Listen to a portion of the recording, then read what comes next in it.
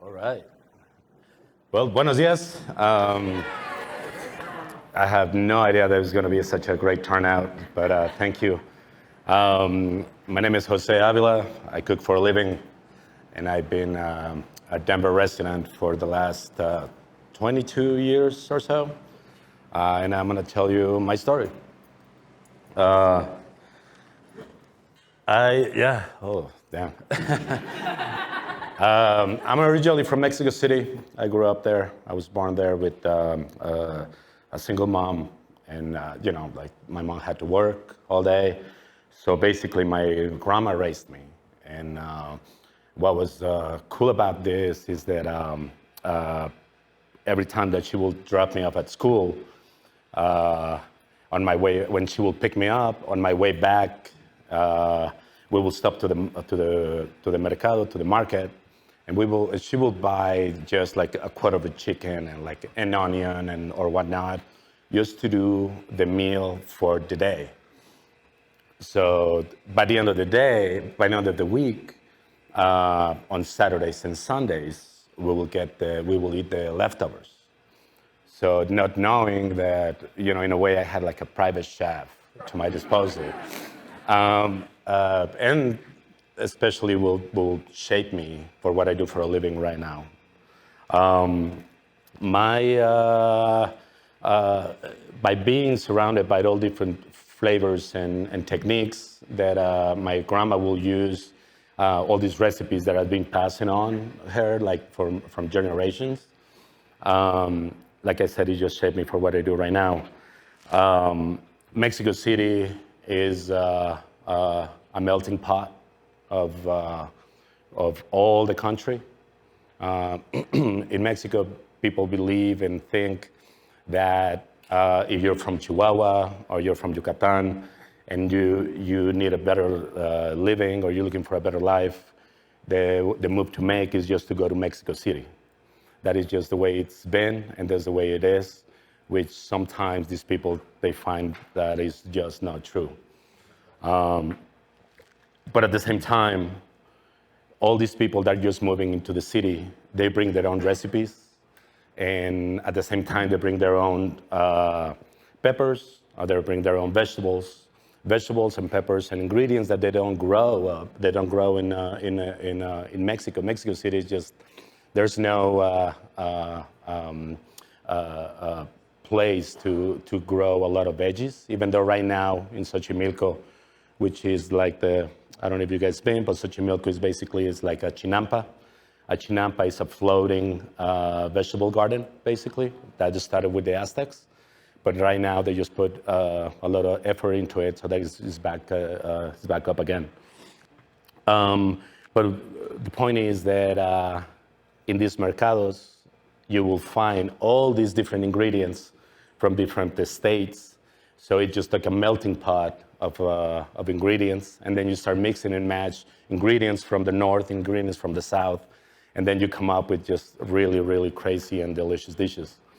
But after I grew up with my grandma and as a young kid, she passed away. Sorry, she passed away, and I had to. My mom had to figure out what how to control me and my brother. I have an older brother, so I went into military school. Jeez. I went to military school, and it did help me in a way. I learned a lot, but definitely that wasn't that wasn't for me. I get into a lot of trouble in these schools. So I dropped out. I dropped out school, like middle school, like back home is like la primaria. This is like, I believe it's middle school. So I dropped out, and I started to work. One of my first jobs was selling used clothes that from Mexico City. I would take a bus to the border, to McAllen, Texas, where they sell a paca. A paca is just like a big blanket full of used clothes, and you buy it, and then you bring it back, and as you can see on the picture, you sell it. I think that was like 10 pesos or something. And but at the same time, in these informal markets called tianguis, they were just surrounded by food. Because and then I was able to try a different style of foods. But by being in this environment and like trying to make it work as a young kid, and my mom is just working then, and at the same time she has just literally zero to no control over me and my brother. But my brother, he was like the good son, I would say, in a way. He was like, he finished school, he went to the college, and he did all these things. I was just like wild, and I was just doing kind of like the same thing, but in my own way. So right after that, I find a job as selling newspapers. And by being outside, I've never been liked in like locked up, or I always wanted to like being outside and interacting with people, but at the same time, just doing something good in a way, just trying to make a living. But yeah, right after that, yeah, I had dreadlocks apparently. Jeez. Right after that, I was a teenage, and I just got mixed up with the not so good crew, good friends, and I got into Grand Theft Auto. I started doing that for a while, and it wasn't. It was fun at the time, but not knowing like all the consequences that all that kind of things brings and stuff. I was, like I said, I was just being myself. And then right after that, we being in a little bit of trouble. My brother set me up. He had some like cop friends, and he set me up and they picked me up. They kind of beat me up a little bit, but I had no idea what was happening. So right after that, they dropped me off. I went home, and my brother was just sitting on the couch, and he really had like a man, like I said, like by not growing up with a dad, like my brother like took that role. So when we had this conversation, like man to man, it made me realize like what I was going to, especially a lot of friends being locked up for a while or being killed. It made me realize that what I was doing, it was just probably wasn't the right thing or what I wanted to do. So kind of like a desperate mode in a way. I wanted to kind of like just detach from what I was. And we had a map right in front of us, and we start talking, and it's like, I need to get out of here. So I picked the farthest place from Mexico City, that it was New Zealand.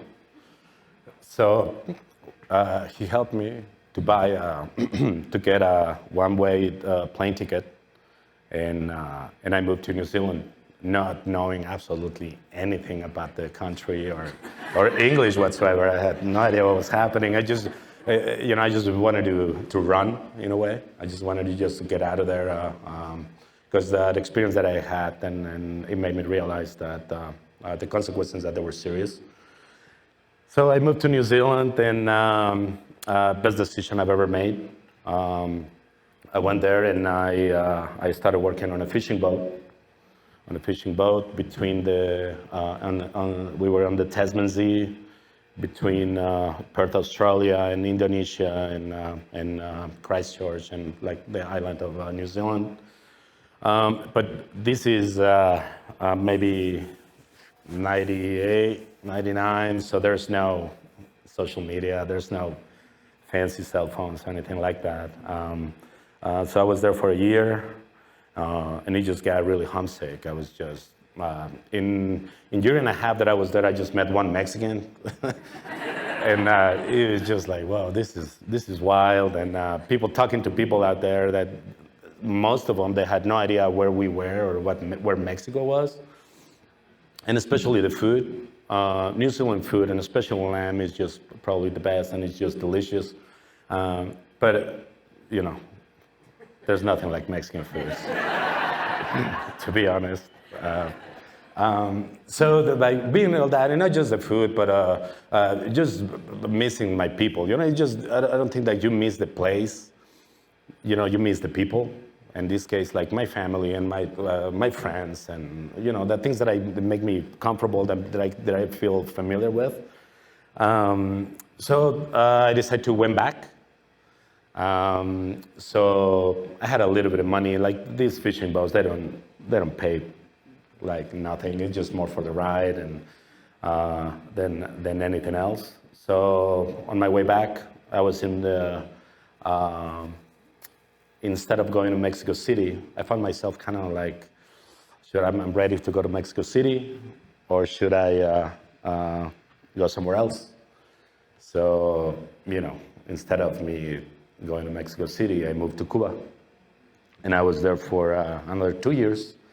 And then again, it was just, and Cuba, if you guys been, you guys will not let me lie, is,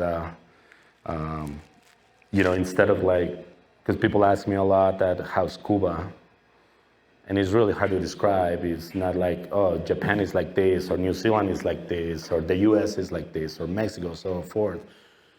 Cuba is a very special place. To me, instead of like getting into like an airplane, it's more like a travel machine, like a time travel machine that when I land back then, it was like 60 years behind from the war. So you land and everything is just like the way it was when the Civil War happened. There's a lot of Russian cars, and they're all just old, and that's the kind of like the first glimpse you get. But once you start living there and start getting to know the people, you realize how messed up is all that. So. But again, it was just, it shaped me a lot. It taught me a lot to especially to appreciate what I had at the time and what I have right now, of course. But then again, there's no Mexican food, so. So after a few years, I had to make a decision and move back. And at this time, I'm like, what should I do now? Like, and I'm getting older.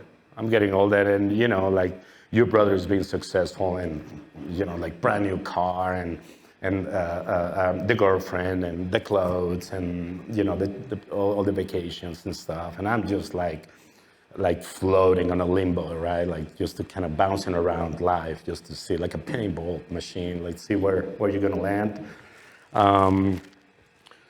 So I went back to Mexico. And I was just broke. I had nothing, and I was able to get a room. I was a little bit proud of myself not to go back with my family, and you know, trying to figure it out and on my own. So that was what I had in my back then. That was my life. It's just a backpack and clothing. But my family, they have a lot of taco stands and torta stands. So I went back and I started working for it. But I just realized that that wasn't for me. And especially by being outside for a while and experiencing other cultures, a different type of living, that kind of like expand my vision, the things that I wanted to do, which at the time I had no idea what I was doing. I just wanted to live and trying to find a way. It was like in a search of something that I can just hold on to and then just go for it. I'm a very passionate guy.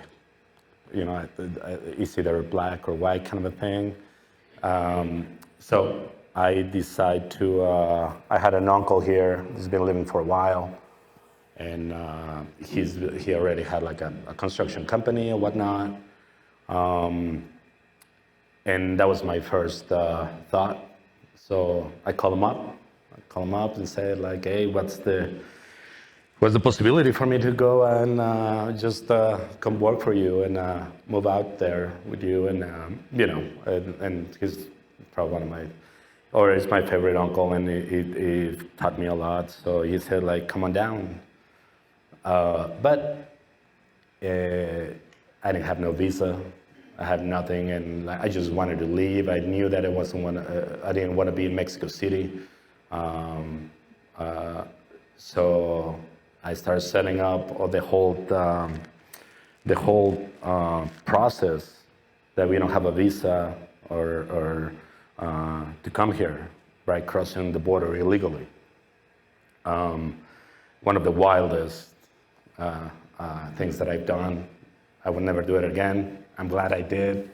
I have really good memories and stuff, and very experiences. And again, it was just kind of like, now that I see it, it just kind of was shaping me to who I am right now. So I bought a plane from Mexico City to Chihuahua. And from getting into Chihuahua, there's the coyote or the smuggler. And he sold like hand signals like baseball and like the red hat and whatnot. And there's really no contact. And I got there. They took me to a safe house right in the border on Juarez. I was there for a few days.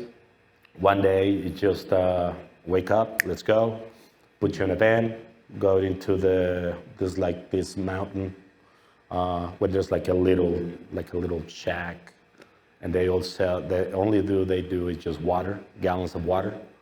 So they make you buy a couple gallons of water, and you start walking. You start walking, and just you can see the U.S. border patrol and immigration just like circling around and just hiding. And at some point, it was so hot that I took my shoes off and I put my feet like under like very, very soft sand. And it was like really cool. And to me, it was just like the way that I could cool myself down.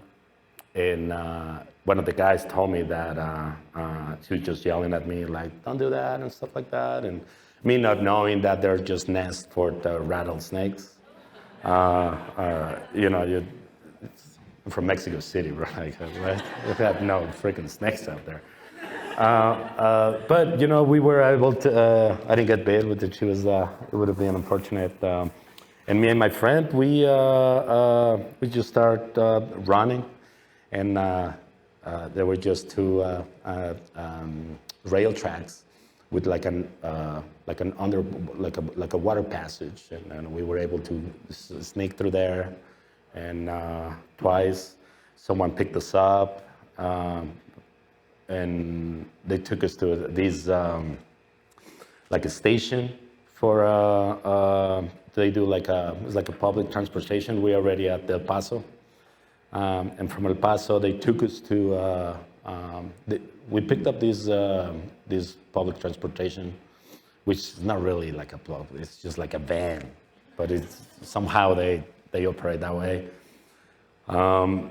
So on our way back to downtown El Paso, the whole group that I was with, we saw that it was they got picked up by INS. So we were just like, still we were know what's happening. We're just like thirsty, and these gallons of water when you run, it's just like the first thing you just like go flying.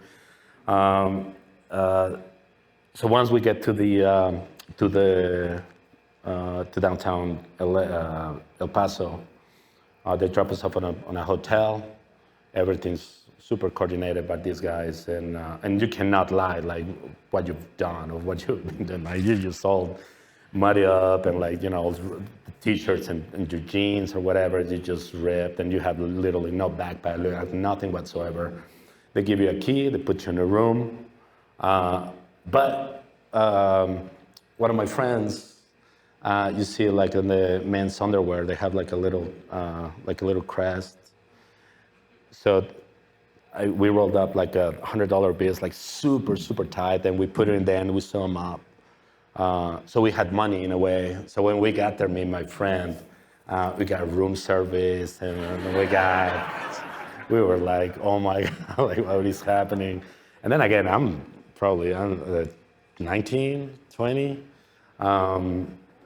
It was just more of exciting at the time, like it was just, I was super excited that, especially that everything was going according to plan. So we had a great time. And then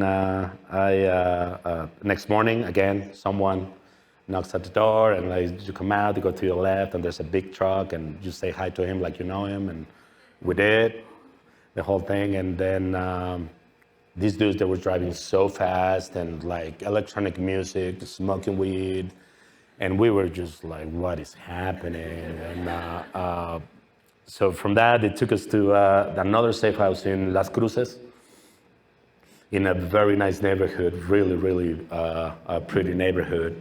And we were like, oh, okay, like this is nice.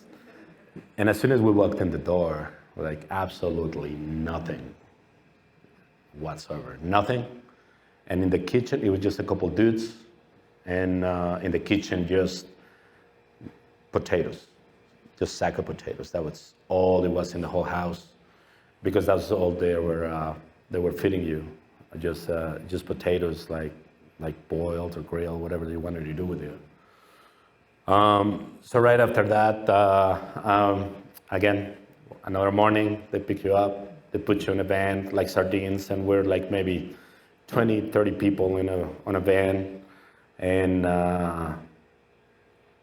we start driving. We didn't stop from Las Cruces to Aurora straight. We stopped once for them to get like potato chips and water or whatnot, but no bathroom, no nothing. You cannot, it wasn't allowed for you to get out of the van. So we stood there, we stayed there, and until they drop you off, they call your relative, you pay, and then, they kind of release you and stuff like that. So then again, they call my uncle, they went and picked me up, and then I was in the U.S., and I was like, oh, what is happening? Like, what's the deal? It took me to these stores, and it got me like clothing and whatnot, and I was just like, still in shock, like what was happening. It was all new to me. My English was not good whatsoever. So it was just another thing, but once someone told me that, and not just for the English over the US, but in any other country or language, if you don't speak the language, you're just like being deaf or mute. And for some reason that stuck me, and I was like, ugh, that is just terrible to feel that way. So so I started just trying to, back in the day, there were like CDs and they had booklets. And there was like Second Spin and Cheapo Disc and all these cool old used record stores that will sell you like CDs for like $3 or whatnot. So I was able to get the booklet, get a pad, get a notebook and a dictionary. And I was just translating songs and just trying to figure it out. I just wanted it. I needed to learn English, and I wanted to learn English. So that's what I did for a little when I got here. But that was like a Thursday or whatnot. But on Monday, I went to work construction with him, and yeah, that wasn't. Don't get me wrong, like, and more power to all the construction workers out there, but that's definitely not for me. And I knew that right away. I probably last like a couple of weeks or so. Maybe I've been exaggerating, maybe a week actually. So I was like, and especially for everything that I've done, and at this point, like I traveled and I have had money and all these things that then it made me think like, what the hell am I doing here? Like, why am I in a place that I don't know anybody, and I'm struggling. You don't see those signs anymore, but there was used to be like now hiring, and so I told my uncle like, thank you very much, thank you, but not thank you. I'm just going back, and because I knew that going back to Mexico City, I was able to work for my family and put up my own taco stand or torta stand, and I would be fine. So that was my plan, and I bought up my plane ticket to go back to Mexico on a Friday, because I got paid on a Friday. And then it was Saturday, Sunday, and on Monday I was supposed to fly back. But on Saturday, he told me, he's like, hey, let's just grab something to eat. And I was like, cool. So he took me to a burrito place in Cherry Creek that I used to call Chez Jose. If someone remembers me, that's awesome. So I went there, and they had this little sign, not hiring cashiers and prep cooks and stuff, And he asked me, he's like, hey, maybe just ask for an application. And I was like, sure. I was already in Mexico City, like, what am I gonna do? And like, So I got there, and everyone speaking Spanish. Everyone. I started talking to them, and I was like, oh, okay. And then the manager was from Mexico City, from the same part where I'm from. So we just started chopping it up, and we started just like getting connected. And I was like, and I asked him, he's like, hey, you're hiring? I was like, yeah. I was like, all right. So when can you start? And I was like, I don't know when you need me. It's like Monday. And I was like, oh, I like, okay. So I canceled my flight. I canceled my flight, and instead of going to the airport, I went to work. But the position that I had available, it was a cashier. And I was like, you speak Spanish? You speak English? And I was, oh, yeah. You know how to do this? Sure. Yeah. So when I got there, it's like, hey, I thought you were doing it. It's like, yeah, it's the way, the place that I used to work at, we used doing differently. But I had no idea what the heck I was doing. But like my mentality was just to get the job. Like I just wanted to put a 1 foot in, and once I'm there, like let me figure it out, and I'll be fine. So I was just a cashier, and people, it was like, hey, good morning. And it's like, what do you want? That was like basically all I could say at the time. And the cooks around it, and Armando and all these people around me start teaching me like how to talk to people and how to do this and all that. But again, by being in that environment, they start talking. It's like, hey, so do you have another job? And I was like, I have another job? Like, what do you mean? Like, no, this is my job. It's like, no, do you have a part-time? I was like, what do you mean? Like, oh, you can get a part-time job? Like, you can get more money? You can make more money? It was like, yeah, like most, and then I realized that most people there, they have 2 jobs, as is very common here, especially in the restaurant industry. So I was like, oh, I went in, and I was able to find a job in. If someone remembers this place, kudos to you. It was the Title Cover, the bookstore. It used to be in Cherry Creek. Well, this bookstore, it was 3 stories, but at the 4th story, there was a restaurant called the 4th Story. And it was a fine dining restaurant. There was no tall buildings at the time. And the sunsets were just probably amazing. The food was incredible. And just to get it to the restaurant, you will have to go through the bookstore. That title cover especially is probably the best one I've ever seen. But I picked up a job as a bosser. And the first time I was like all dressed up and ready to go, cleaning tables. And now you need to fill it up your bathtub, and then you take it to the kitchen and you empty it up, the dishwasher, and I was like, oh, okay. So the first time I take my bathtub into the kitchen, I see, he was on the other picture, it was Tyler Wire. Oh, that guy. He's Tyler Wire. He was the executive chef at the time at the Four Story, and then became my mentor. He's just like standing, and there's fire and cussing and Metallica blasting on the freaking on the boombox, and all beat up, dirty, and everyone just like the noise of it. And I was just like, what is happening? Like, who the heck is this guy? Because he was just like a chaos, but a very controlled chaos.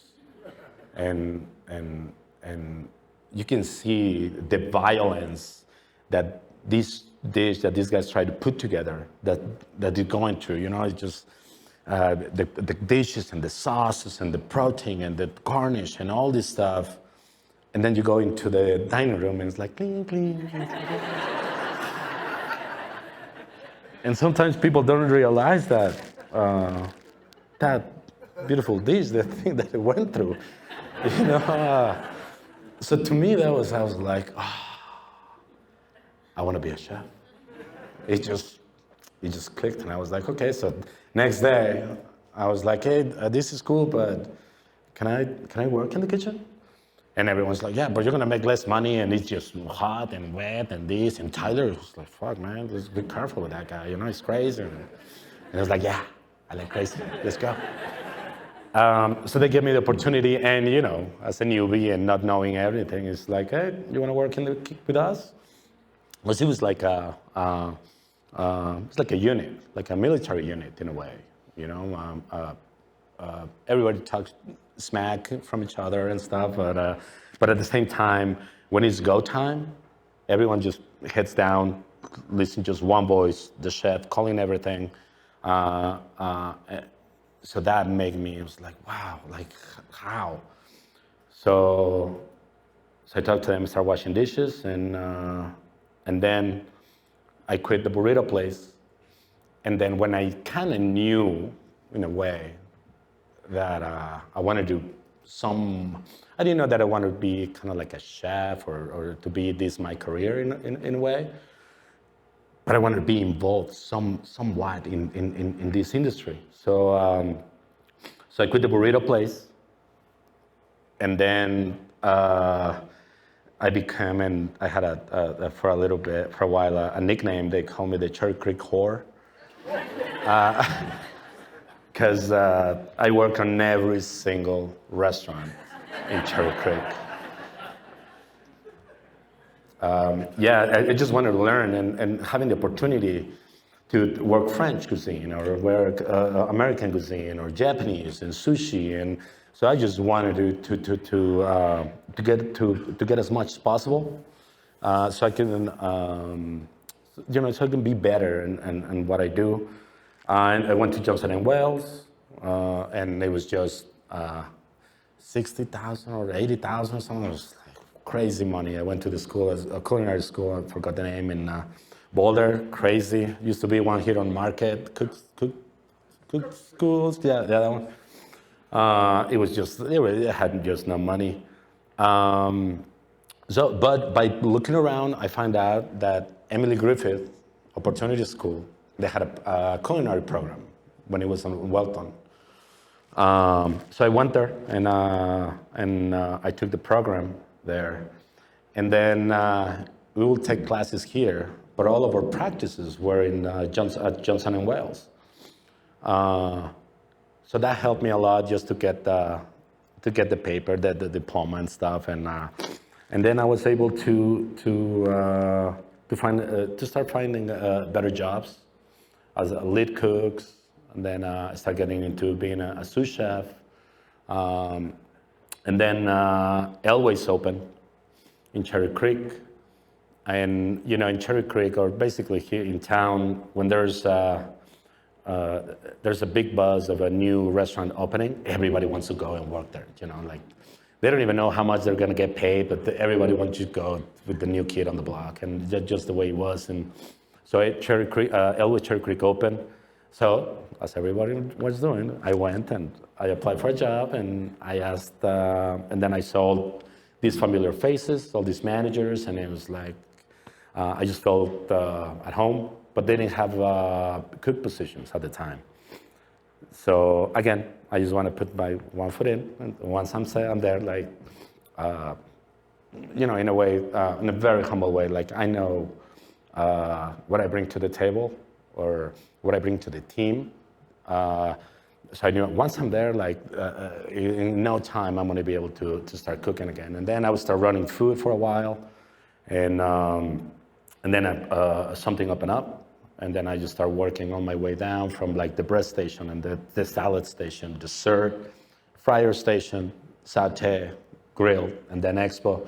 But long story short, I was there for 8 years, and probably in like 5 years in, our chef moved back to Arizona, where he's from, and then Tyler Wire became the executive chef at Elway's. So, it kind of like gel or and make it stronger or relationship. And me just looking up to him because, he's been doing all these things for a while. So once I'm at Elway's, it's been like 8 or 9 years, and I could go into this place and I could run the whole freaking thing with my eyes closed and with my pinky, basically. Because I've been doing it for so long and it's just the same thing.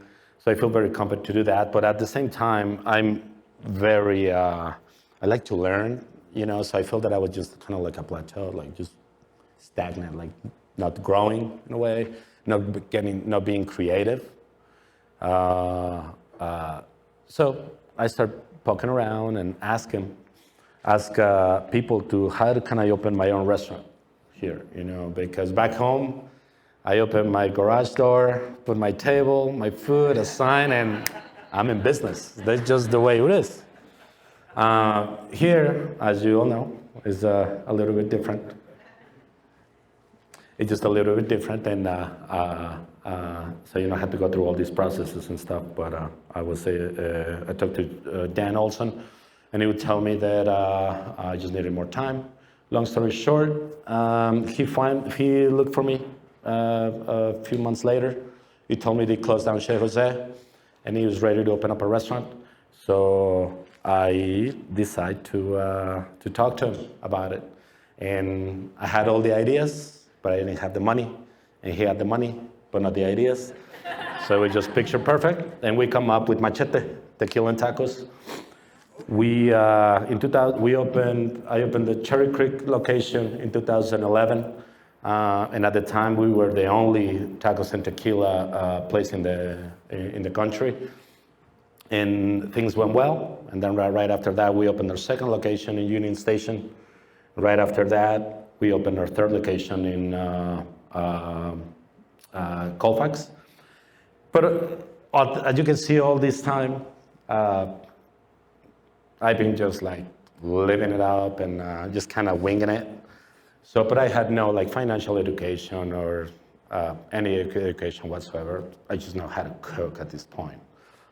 So I ran into a little bit of trouble, and I was in jail, unfortunately. And I was like, damn, I just hit rock bottom. And then I just needed to figure it out, because in my mind, I was at the top. And I had everything, thinking that, and when everything is just taken away from you and like overnight, it's just not a really good feeling. And you question yourself, what's gonna happen? And especially when you get out and you have like nothing, and you realize you're worse than when the first time you came back. So I was homeless for, like maybe 5-6 months, but I had a trailer. I have a food truck trailer. That's kind of like the thing that I got out of these experiences at Machete. So I started living in the food truck at the storage unit places. Like I said, I questioned myself. I thought about a lot of things while I was there. And what is happening, I have my ex-wife pregnant. So it was just a lot of emotions going on. I had no idea what I was going to do. I thought I could go back, about suicide and all these things. But, like thinking about my daughter, and I was like, cannot do that. So long story short, I just put my shit together and I started working and as a satay cook. And especially it was just, for me, it was just now from being up here and managing all these restaurants and being the hot shot in a way, like how I'm gonna be a satay cook, I wanna be a fry cook. Like it was just, I couldn't, that was really hard for me. But I overcome that and I went to and I started looking for a job and I started working at Table 6, which probably one of my best restaurants that I've ever worked at. And from there I just like saving. And then I was able to put together Ixtaba Yucateco, which is, in that transition, when I was in that transition, like the universe kind of lined up and put together really good people in my way. So I was able to put together the Ixtaba Yucateco, but this is October 2019, and then I wanted to open, be ready by the summer, or spring of 2020, and then COVID hit. Just didn't know what to do, but you don't know what you don't know. So it's my first time in the food truck business, so I never stopped. All 2020, I just didn't stop. I just working, and just trying how to make this work. I come up with an idea to do barbacoa like the way I grew up with, which is you sacrifice the animal on Friday, you bury it on Saturday, and then you sell it on Sundays. So I was part of Revision on a co-op on the west side of the city, where I was able to put together an underground oven and come up with the concept del Borrego Negro, and doing barbacoa. And then I was able to get a little bit of land in Wellington, where I started growing my own lamb and my own pigs and my own chickens that we use for our restaurants right now. And that was 3 years ago. We were able to do that, and this concept, we got the final for James Beard Award. And then but at the same time, while I was doing all these two things, I wanted to open my restaurant. I knew I wanted to open my restaurant. I was ready to go. And it took me a year to close the deal where La Diabla is right now. And then by June 2021, we finally opened. Excuse me, the first pozole place in the country, I would say. And then in the beginning, it was just hard. It was just new concept. I started selling hot soup in the summertime. It just didn't add up at all. So the first 3 months or so, it was just hard. I was even thought to shut it down for good. But then things started clicking. We started getting allocates from and recognition from the local media. And then we blew up. And then we got the James Beards, and we got like the 50 best new restaurants in America. Like on this side of the country, we were the only ones. And things started to click, and we never stopped. And then we finally get the Michelin Bib Gourmand. So that was huge, and definitely put us in the map for sure. But and I just want to say that I've been part of a really great teams, really good crew. Because at the end of the day, this is just my idea. I had this idea, I put it there, but the team right next to me is the team they execute it on a daily basis. And they come up with great ideas, and always happy to listen to them and stuff. I'm super stubborn, and I change my mind I can change my mind in 1 second or whatnot, but if it doesn't feel right, it's not feel right. So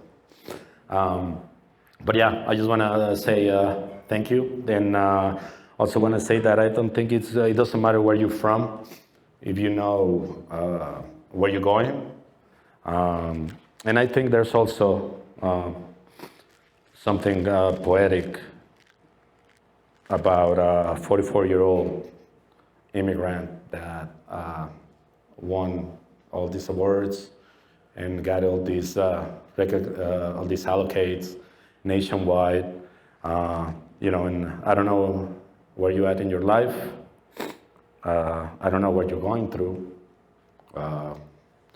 but keep pushing. Keep pushing. Definitely, there's success on the other side, and that's why the windshield is bigger than the rearview mirror, because what's in front of you is more important than what's behind you. Muchas gracias.